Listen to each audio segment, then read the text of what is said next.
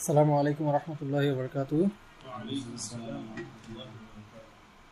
আমরা সবাই অন্তর থেকে একটু দুরূদ পড়ি রাসূলুল্লাহ সাল্লাল্লাহু আলাইহি ওয়াসাল্লামের জন্য এবং ওনার ফ্যামিলি মেম্বারদের জন্য মন থেকে দোয়া করি। কেমন?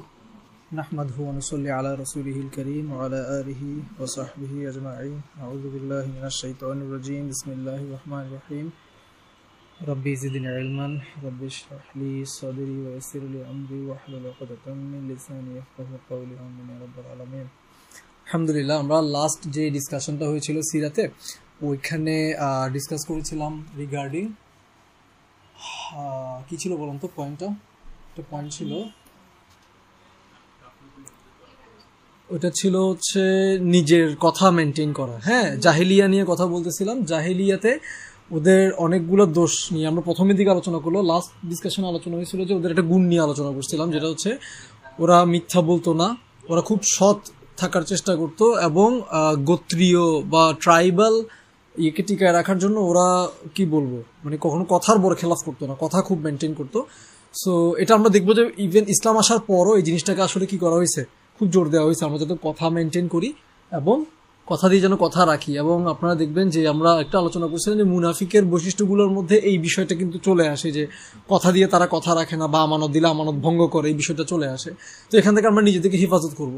তো এখানে সাইদ ভাইকে আবারও জাযাকাল্লাহু খাইরান ওই দিন শেষে আরেকটা ফুটনোট দেওয়ার জন্য, ওটা নিয়ে আজকে একটু হিন্ট দিয়ে দেন আমি পরের ডিসকাশনে চলে যাব। সাইদ ভাই যেটা পরে দিয়ে বলতেছিল মানে মূল আলোচনার পরে, সেটা হচ্ছে দেখেন আমি ওই আলোচনাটা যেটা করছিলাম সেটা হচ্ছে আমাদের নিজেদের তারবিয়া বা নিজেদের বিল্ড আপ নিয়ে, আরেকজনকে নিয়ে কিন্তু আমরা কোনো আলোচনা করি নাই। বাট উনি যে পয়েন্টটা বলছে এটা খুব ইম্পর্টেন্ট এবং রিলিভেন্ট বলে আমি আজকের আলোচনায় আনতেছি। সেটা হচ্ছে আরেকটা বিষয় হচ্ছে যে আমরা আরেকজনকে কিন্তু জাজ করব না। কেউ যদি কথা দিয়ে কথা রাখতে না পারে বা টাইম দিয়ে টাইম যদি মেনটেন করতে না পারে কিংবা আমানত দিয়ে যদি আমানত ভেঙে ফেলে, তো সেটা আমার একটা মুসলিম ভাই যদি হয়, আমি কিন্তু তার ব্যাপারে সুধারণা করব। তো এই পয়েন্টটা খুব ইম্পর্টেন্ট, কারণ আল্লাহ সুবহানাহু ওয়া তাআলা আমাদেরকে হুসনুল যন যেটাকে বলা হয় বা সুধারণা যেটাকে বলা হয়, এটা নিয়ে কিন্তু কোরআনে আল্লাহ আমাদেরকে অর্ডার করছেন আমরা যেন ভাইদের ব্যাপারে কি রাখি, সুধারণা রাখি। সো ওই যে নিজের বিল্ড আপের জন্য আমি কি করব না, কাউকে কথা দিয়ে কথা ভঙ্গ করব না, আমানত ভাঙবো না। আবার কেউ যদি করে ফেলে তো আমি কি করব, আমি তখন তার ব্যাপারে সুধারণা করব। হ্যাঁ, তাহলে এই ক্যারেক্টারগুলো যেন আমার মধ্যে আসে, আমি যেন তাকে নিয়ে নেগেটিভ চিন্তা ভাবনা না করি, অর্থাৎ আমি যেন ভালো থাকি, আমার অন্তরটা যেন ভালো থাকে। সেটা হচ্ছে আমার কাছে সবচেয়ে মোস্ট ইম্পর্টেন্ট এবং সবচেয়ে প্রায়োরিটির ব্যাপার। তো আজকে যে আলোচনাটা সেটা হচ্ছে আরবদের আরেকটা ব্যাপার নিয়ে কথা বলবো, যেটা রাসূল ইসলামের পরবর্তী পার্টের সাথে কানেক্টেড। সেটা হচ্ছে ওদের ব্রেভারি এবং আতিথেয়তা। জাহিলিয়া যুগেও তাদের আতিথেয়তা ছিল দেখার মতো, like they use to give a লট।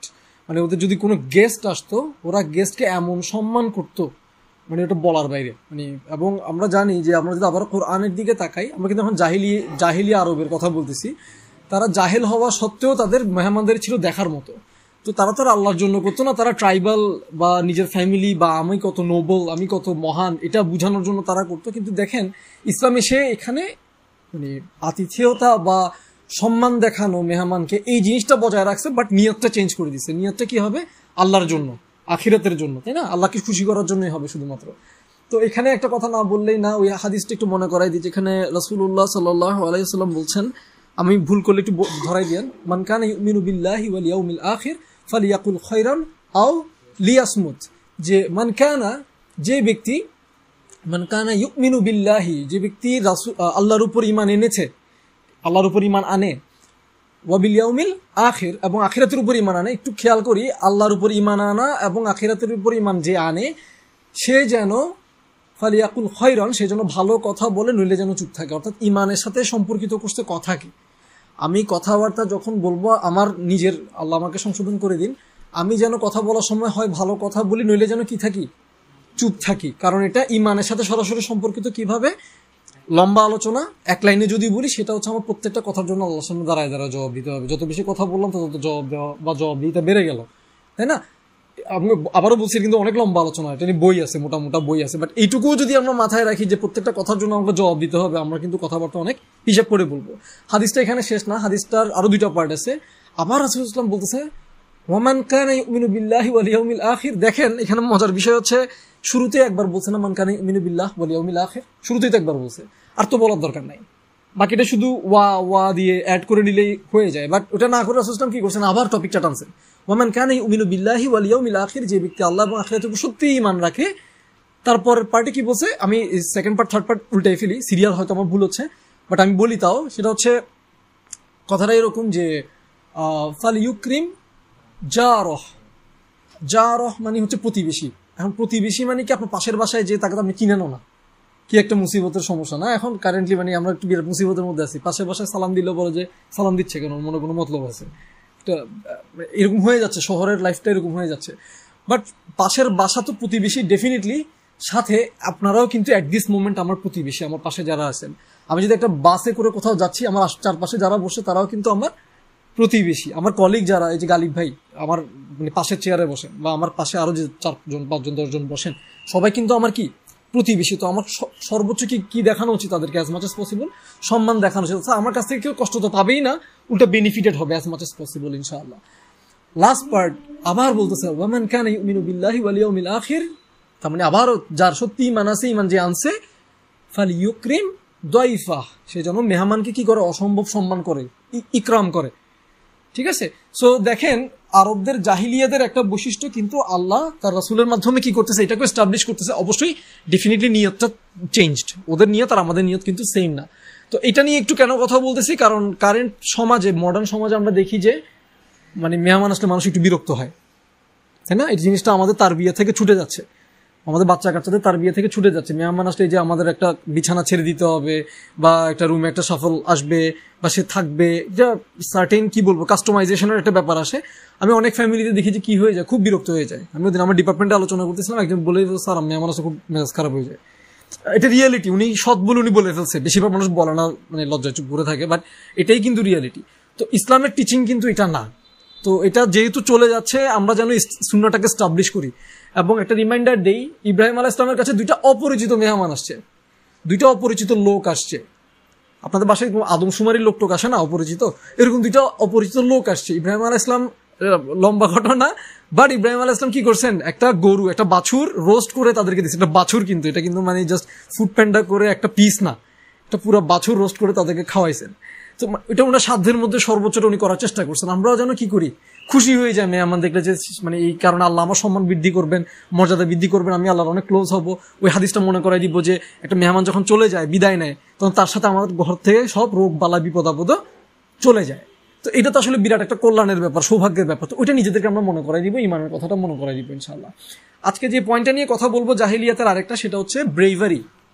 তারা অসম্ভব ব্রেভ ছিল, তারা কোনো কিছু ভয় করতো না।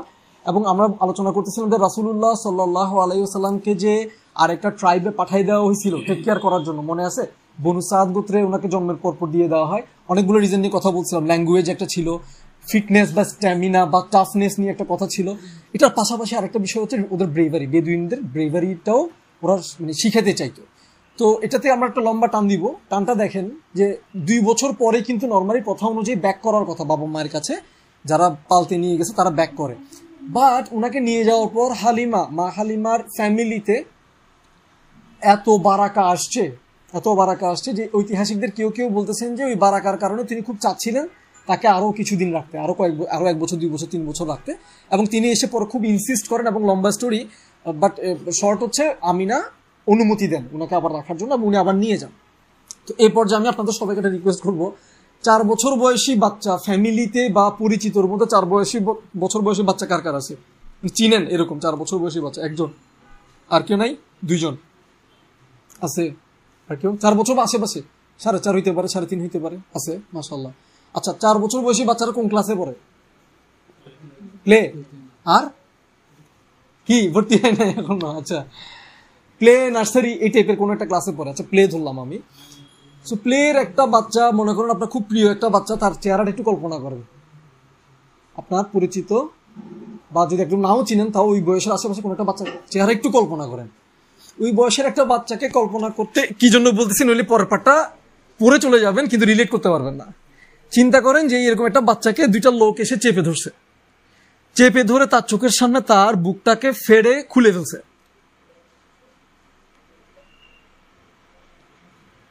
বাচ্চাটার উপর কি পরিমাণ ইম্প্যাক্ট পড়বে?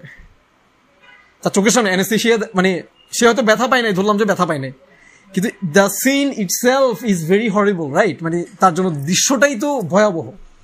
এবং তার বুক থেকে হার্টটা তার চোখের সামনে বের করে ক্লিন করে আবার রেখে আবার এটা জোড়া লাগাই দিল মনে করে। But itself the entire event is very scary, তাই না? রাসূলুল্লাহ সাল্লাল্লাহু আলাইহি ওয়াসাল্লামের সাথে আমরা জানি 4 বছর বয়সে এক্স্যাক্টলি ঘটনাটা হয়, এবং হালিমার কাছে যখন নিউজটা পৌঁছায় উনি দৌড়ে গিয়ে যখন দেখেন মানে ওনার কাছে নিউজ পৌঁছাইছে ওকে মেরে ফেলছে, দুটো খারাপ মানুষ এসে কি করছে ওকে মেরে ফেলছে। আর উনি গিয়ে দেখেন যে রাসূলুল্লাহ সাল্লাল্লাহু আলাইহি ওয়াসাল্লাম, তখন উনি কিন্তু রাসূলুল্লাহ হন নাই, একটা ছোট বাচ্চা, উনি জাস্ট মানে ভয়ার তো মুখে ফ্যাকাশে একটা চেহারা নিয়ে দাঁড়ায় আছেন, মুখের কোনো রক্ত নাই, মুখে কোনো রক্ত নাই বলতে মানে ফ্যাকাশে হয়ে যাওয়া যেটা বুঝাচ্ছি ওটা বুঝাচ্ছি, এবং মানে ভয় নিথর বা স্টোন্ড হয়ে যাওয়া যেটা বলে ওই অবস্থা। সো লং স্টোরি শর্ট, উনি এরপরে ভয়ে তাড়াতাড়ি করে ওনাকে নিয়ে মা আমিনার কাছে বুঝাই দিয়ে চলে আসেন ভয় পানোর, এবং ওনাকে ঘটনাটা এক্সপ্লেন করতে হয়।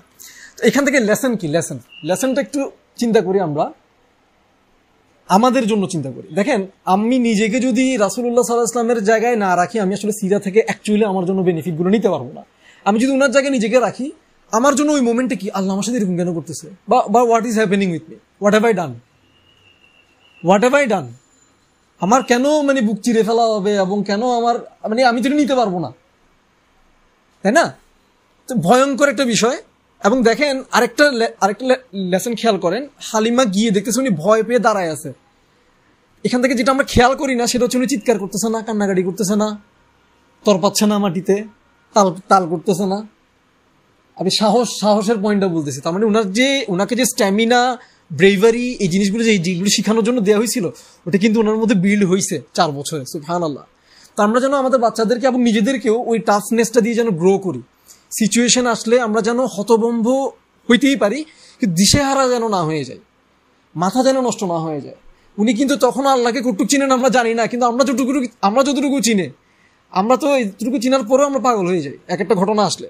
কিন্তু দেখেন এখান থেকে লেসনটা কি, লেসনটা হচ্ছে ভাই আমার লাইফে যখন এরকম একটা বড় ঘটনা আসবে, আপনার লাইফে যখন এরকম একটা বড় ঘটনা আসবে, না আসুক, আল্লাহ আমাদেরকে হিফাজত করুক, আমরা যেরকম নিতে পারবো না, যেটা আমাদের ইমানের জন্য ভয়ঙ্কর বা আশঙ্কাজনক, আল্লাহ আমাদেরকে এরকম কোনো পরীক্ষা না নিন, আমিন। কিন্তু যদি আসে, আল্লাহ তো আমাদেরকে আসলে সাধ্যের অতীত কোনো পরীক্ষা নিবেন না, যদি নেন তখন আমরা কি চিন্তা করব, এটা আমার আল ওয়াদুদ রব থেকে আসছে, আল ওয়াহাব রব যিনি, তিনি তার কাছ থেকে আসছে, আর রহমান আর রাহিম থেকে আসছে, আল আলিম আল হাকিম থেকে আসছে। তার মানে এখানে ইনজাস্টিস নাই, আমার সাথে যাই হচ্ছে এখানে কোনো ইনজাস্টিস নাই, যাই হচ্ছে জাস্টলি হচ্ছে এবং আমার কল্যাণের জন্যই হচ্ছে। আমার দুনিয়াতে যা কিছু ভালো আমার কাছে ইজি লাগে এবং যা কিছু আমার কাছে ডিফিকাল্ট লাগে সবগুলো আসলে আমার কল্যাণের জন্য, যদি আমি আমার আল্লাহকে চিনি, এবং আমি যদি আমার আল্লাহর উপর সত্যি রিলাই করি। এবং আমাদের লাইফের একটা বড় টেস্ট হচ্ছে আমি আসলে আল্লাহর উপর আস্থা রাখি কিনা। আমাদের লাইফের একটা বড় টেস্ট কি, আমরা আল্লাহর উপর কি রাখি কিনা, আস্থা রাখি কিনা। সো যেটাকে আমরা তাওয়াক্কুল বলি, ইভেন ইমানেরও একটা পার্ট হচ্ছে আসলে তাওয়াক্কুল কিংবা আস্থা রাখা। হ্যাঁ, মানে যার উপর আমি ইমান আনছি তার মানে কি তার উপর আমার কমপ্লিট আস্থা আছে। Whatever is happening in my life, as he is the doer, he is the designer of every single thing in my life around me, I am okay, I am content. হ্যাঁ, আমার difficulty হচ্ছে, আল্লাহ আপনি আমার difficulty দূর করে দেন, আমি নিতে পারতেছি না, আল্লাহ আপনি ইজি করে দেন, বাট ইয়া আল্লাহ whatever is happening with me at this moment, I am content. আমি আপনার উপর রাজি, আমি আপনার উপর খুশি, আমি আপনার উপর সন্তুষ্ট। এই কথাটা কিন্তু সাইদ ভাই গত সপ্তাহে সম্ভবত বলছিল যে আমরা আসবো হালাকার জন্য, তো হালাকা না হইলেও কিন্তু আমরা কন্টেন্ট, আমরা হ্যাপি, আমরা আল্লাহর উপর সন্তুষ্ট। এটা কিন্তু আসলে প্রত্যেকটা মোমেন্টের প্র্যাকটিস, আপনার ফ্যামিলি লাইফ থেকে শুরু করে, পার্সোনাল লাইফ থেকে শুরু করে, কমিউনিটি লাইফ থেকে শুরু করে, সবখানে এরকম বিভিন্ন টেস্ট আসবে। মাথায় রাখবেন যে আচ্ছা এই সিচুয়েশনটা আমার রবের পক্ষ থেকে আসছে, তাহলে যেহেতু উনার পক্ষ থেকে আসছে আমি তো উনার উপর সন্তুষ্ট, বাস আলহামদুলিল্লাহ। আল্লাহর কাছে ওটার জন্য রিওয়ার্ড চাইবেন, বলবেন ইন্না লিল্লাহি ওয়া ইন্না ইলাইহি রাজিউন, নিশ্চয়ই আমরা আল্লাহর জন্যই তো আমরা, এবং আল্লাহর দিকেই তো আমরা ফিরে যাচ্ছি, এটা নিজেকে মনে করে দিবেন। সো যেই কষ্টটা, যে আরামটা আমার থেকে চলে গেছে, শুধু আরামটা যে চলে গেছে তাই না, আমি নিজেও চলে যাচ্ছি আমার কাছ থেকে, কেমন? এবং এরপরে আল্লাহ রাসূল একটা দোয়া শিখিয়ে দিয়েছেন সাল্লাল্লাহু আলাইহি ওয়াসাল্লাম। কি দোয়া? আল্লাহুম্মা, ও আল্লাহ, আজুরনি, আমাকে রিওয়ার্ড দেন, ফি মুসিবাতি, এই আমার মুসিবতের বিনিময়ে আমাকে কি দেন, রিওয়ার্ড দেন, ওয়া আখলিফ লি খায়রাম মিনহা, এবং ওয়া আখলিফ লি পরিবর্তন করে দেন, চেঞ্জ করে দেন, ওয়া আখলিফ লি খায়রাম মিনহা, এটা হচ্ছে উত্তম কিছু দিয়ে আমার সিচুয়েশনটাকে চেঞ্জ করে দেন। আল্লাহ রাসূল সাল্লাল্লাহু আলাইহি ওয়াসাল্লাম এই দোয়াটা একটা সাহাবিয়াকে শিখাইছিলেন যখন হাজবেন্ড মারা যায়, এবং উনি এরপরে দোয়াটা করেন। দোয়া করার পর ওনাকে আল্লাহ উত্তম হাজবেন্ড দান করেন। উত্তম হাজবেন্ডটা কে ছিল? রাসূলুল্লাহ সাল্লাল্লাহু আলাইহি ওয়াসাল্লাম নিজে। সুবহানাল্লাহ। এটা হচ্ছে আল্লাহর উপর সন্তুষ্টির একটা আউটকাম, এটা হচ্ছে দুনিয়াবি আউটকাম, তাহলে আখিরাতের আউটকাম কেমন হইতে পারে? সুবহানাল্লাহ। কেমন? তাহলে আরবদের যে ব্রেভারি, রাসূল ইসলামের মধ্যে ওই ব্রেভারিটা নার্চার হইছে। আমরা যেন ব্রেভ হই, আমরা যেন ভচকাই না যাই আর কি। ঠিক আছে, ইনশাল্লাহ একজন একজনের সাথে কথা বলবো, আলোচনা করবো, ঠিক করে নিব। কিন্তু আমরা তাওয়াক্কুল রাখবো কার উপর? আল্লাহর উপর। কিছুতে আমরা মন খারাপ হবে, কিন্তু কি ভরসা হারাবো না, আস্থা হারাবো না ইনশাল্লাহ। ঠিক আছে, সুবহানাকাল্লাহুম্মা ওয়া বিহামদিক, আশহাদু আল্লা ইলাহা ইল্লা আনতা, আস্তাগফিরুকা ওয়া আতুবু ইলাইক। আসসালামু আলাইকুম ওয়া রাহমাতুল্লাহ।